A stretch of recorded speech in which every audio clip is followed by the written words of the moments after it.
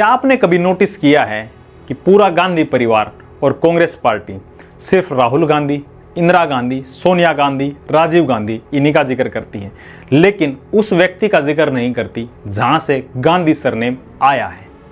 गांधी परिवार का नाम सुनते ही आपके दिमाग में सीधा कनेक्शन बनता है महात्मा गांधी से।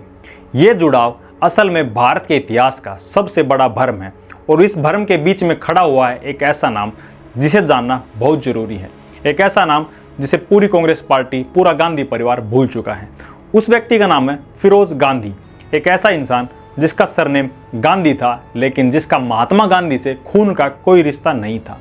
और यहीं से शुरुआत होती है उस कहानी की जिसे अगर आपने सही से समझ लिया तो गांधी परिवार को देखने का नजरिया पूरी तरह बदल जाएगा।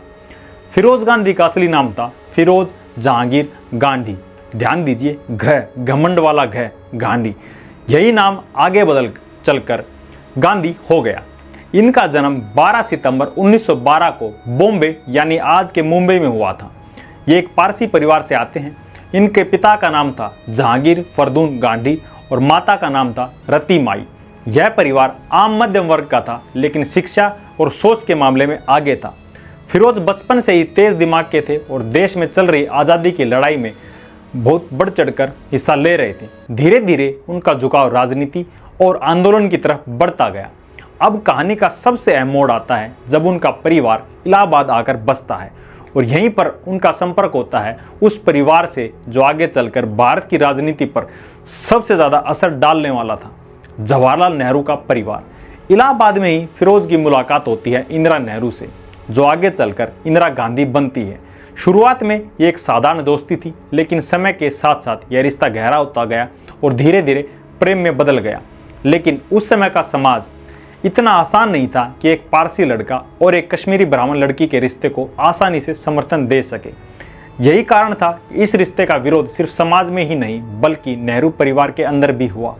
जवाहरलाल नेहरू खुद इस शादी के पक्ष में तुरंत नहीं थे, लेकिन समय के साथ परिस्थितियां बदली और आखिरकार मार्च 1942 को इंदिरा नेहरू और फिरोज गांधी की शादी हुई। यही वह समय था जब देश में भारत छोड़ो आंदोलन चल रहा था और पूरा देश उबाल पर था। इस शादी में महात्मा गांधी मौजूद थे, लेकिन ध्यान रखिए वह सिर्फ मार्गदर्शक की तरह थे, कोई पारिवारिक रिश्ता नहीं था। अब सबसे बड़ा सवाल आता है कि फिरोज गांधी का नाम गांधी कैसे पड़ा। असल में उनका असली सरनेम गांधी था, जिसे अंग्रेजी में लिखते समय गांधी कर दिया गया। यह नाम उन्हें महात्मा गांधी से नहीं बल्कि अपने परिवार से मिला था, लेकिन समय के साथ लोगों ने इस नाम को महात्मा गांधी से जोड़ना शुरू कर दिया और यहीं से एक बड़ा भ्रम पैदा हुआ जो आज तक चलता आ रहा है। शादी के बाद इंदिरा ने भी गांधी सरनेम अपना लिया और यहीं से गांधी परिवार की पहचान बननी शुरू हुई। अब बात करते हैं फिरोज गांधी के असली काम की, क्योंकि यही वो कड़ी है जिसे छुपाया जा रहा है या फिर नज़रअंदाज किया जा रहा है। फिरोज गांधी सिर्फ किसी बड़े नेता के दामाद नहीं थे, बल्कि वह खुद एक पत्रकार थे, संविधान सभा के सदस्य रह चुके थे और सोशल वर्कर थे, स्वतंत्रता सेनानी थे और बेहद ईमानदार और साहसी नेता थे। 1952 में वह लोकसभा के लिए चुने गए और संसद में उन्होंने जो काम किया वह आज भी मिसाल माना जाता है। उन्होंने कई बड़े घोटालों को उजागर किया, जिनमें सबसे ज़्यादा बड़ा मामला था LIC और मुद्रा से जुड़ा मामला। इस मामले में उन्होंने दिखाया कि कैसे सरकारी पैसे का गलत इस्तेमाल किया जा रहा है और सबसे बड़ी बात यह थी कि वे अपनी सरकार के खिलाफ खड़े हो गए। सोचिए, एक व्यक्ति जिसका रिश्ता सीधे प्रधानमंत्री के परिवार से हो, वह खुलेआम सरकार की गलतियों को उजागर कर रहा है। यही उनकी असली ताकत थी। उनके सवाल इतने तीखे होते थे कि कई बड़े नेता और मंत्री जवाब देने में असहज हो जाते थे। और यहीं पर एक और बहुत बड़ा योगदान सामने आता है जिसे लोग अक्सर भूल जाते हैं। फिरोज गांधी को भारत में प्रेस की आज़ादी को मजबूत करने वाले नेताओं में गिना जाता है। उन्होंने संसद में अखबारों और पत्रकारों के अधिकारों की रक्षा के लिए आवाज़ उठाई और संसदीय कार्यवाही, प्रकाशन संरक्षण कानून में जैसे कदमों को आगे बढ़ाने में अहम भूमिका निभाई, जिससे अखबार संसदीय कार्यवाही को बिना डर के प्रकाशित कर सके और सरकार की आलोचना करने की हिम्मत रख सके। यह उस समय का एक बहुत बड़ा कदम था जिसने भारतीय लोकतंत्र में मीडिया की ताकत को मजबूत किया। इस मामले के बाद उस समय के वित्त मंत्री को इस्तीफा देना पड़ा। यह भारतीय लोकतंत्र के इतिहास का एक बहुत बड़ा क्षण था और इसमें फिरोज गांधी की भूमिका निर्णायक थी। लेकिन अब कहानी में एक और मोड़ आता है। धीरे धीरे इंदिरा गांधी और फिरोज गांधी के रिश्तों में दूरी आने लगती है। कई जानकार मानते हैं कि दोनों अलग अलग रहने लगे थे। इंदिरा अपने पिता के साथ राजनीति में ज़्यादा सक्रिय हो गई और फिरोज का रास्ता अलग हो गया।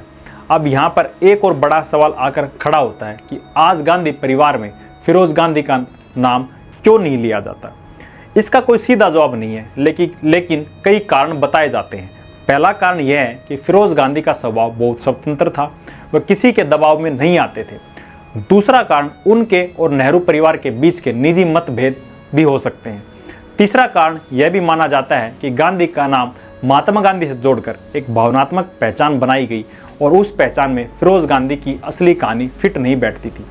अब बात करते हैं उनके परिवार की। फिरोज गांधी और इंदिरा गांधी के दो बेटे हुए, राजीव गांधी और संजय गांधी, और यहीं से आगे चलकर पूरा गांधी परिवार भारत की राजनीति का केंद्र बन गया। लेकिन विडंबना देखिए कि जिस व्यक्ति से यह नाम आया वही इतिहास में पीछे छूट गया। 1960 में फिरोज गांधी की मृत्यु दिल का दौरा पड़ने से हो गई।